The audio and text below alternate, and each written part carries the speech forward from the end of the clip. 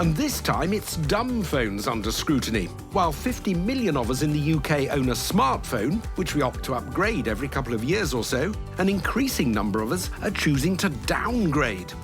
A recent survey suggests 1 in 10 mobile phone users in the UK have one of these, a so-called dumb phone. Dumb phones have stripped-back features and get rid of a lot of the smartphone functionality, like a fully-fledged web browser and access to thousands of apps at the touch of a button. But because they do less, they have a much better battery life and are cheaper. So, if you're thinking about getting one of these, is it worth spending a little extra on a dumb phone, or will a budget blower cut the mustard? While the dumb phones on test today won't break the bank, they do have very different price tags. The DORO 7010 is our more expensive option at just under 60 quid. It comes with 4G connectivity and can last up to 330 hours on standby.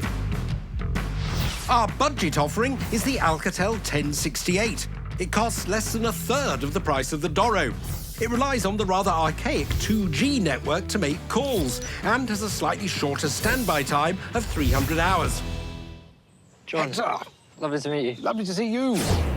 This is Hector Hughes. He runs Unplugged, an off-grid retreat company that offers digital detox weekends to busy professionals.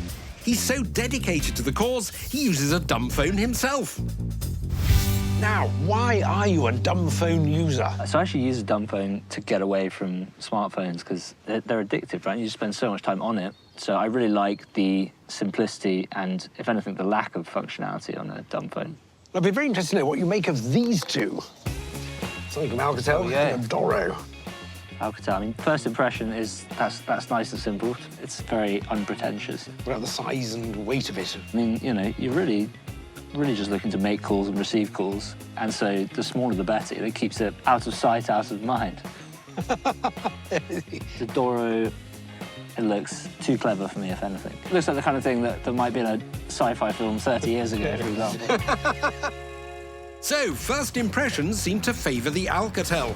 But what I really want to discover is what these phones offer beneath the surface by comparing the built-in features of each.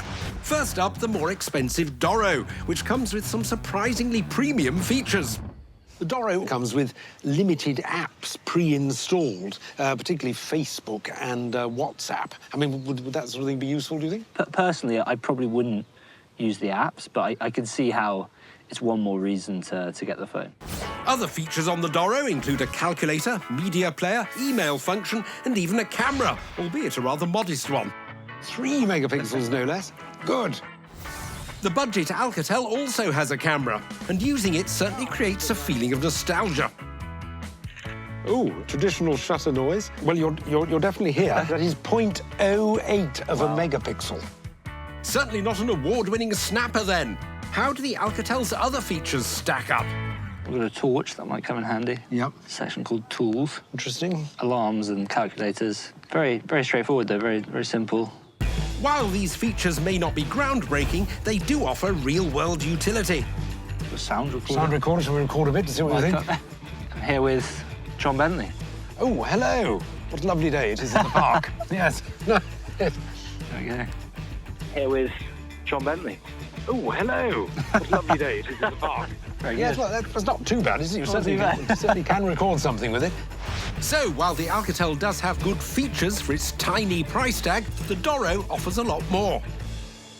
Next, because both our dumb phones should be a walk in the park to use, we're taking them for a walk in the park. While phone call and text messaging performance is often overlooked when reviewing smartphones, with dumb phones, these elements are absolutely crucial. So, we're going back to basics and testing them. Well, first of all, let's try some texting. You've got both phones. Try the DORO. This one's predictive text. Oh, brilliant. Fills out the words and everything for you. Gosh, yeah, I'm afraid I'm not going to be able to manage a capital on here, John. Well, grammar's going to pot. But I do feel like I have less control, you know? It feels like the phone's running the show with the predictive text. But there we go. Just like that, I was very quick. And received. I've got it. Here we are. OK, the Alcatel. Right message. OK.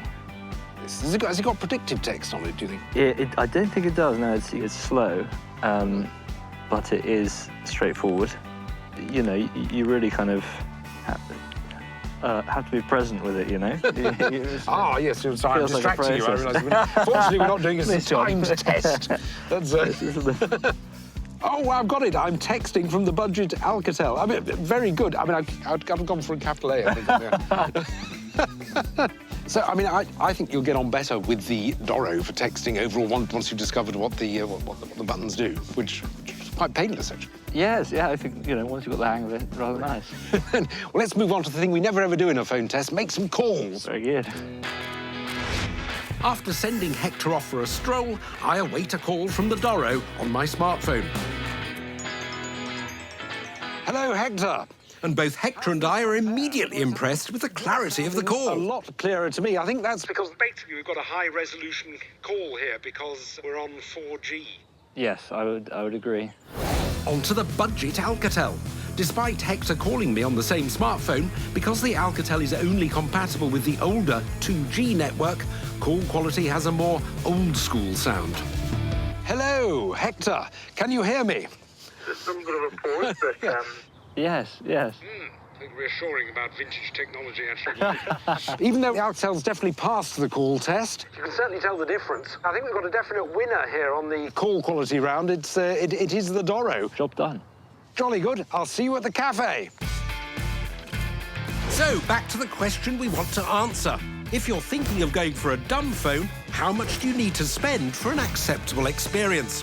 I would take out of the two the DORO because it's got better call quality, it's got better texting quality, easy to do the texting, it's got a better camera. You would see them all of the Alcatel man, though, throughout the day. Well, I definitely did start as the Alcatel man. I do still really like how compact it is, but it probably would go with the DORO. It does have some useful features, and the call quality was a lot better. So I'm going to have to agree with you and go for the DORO.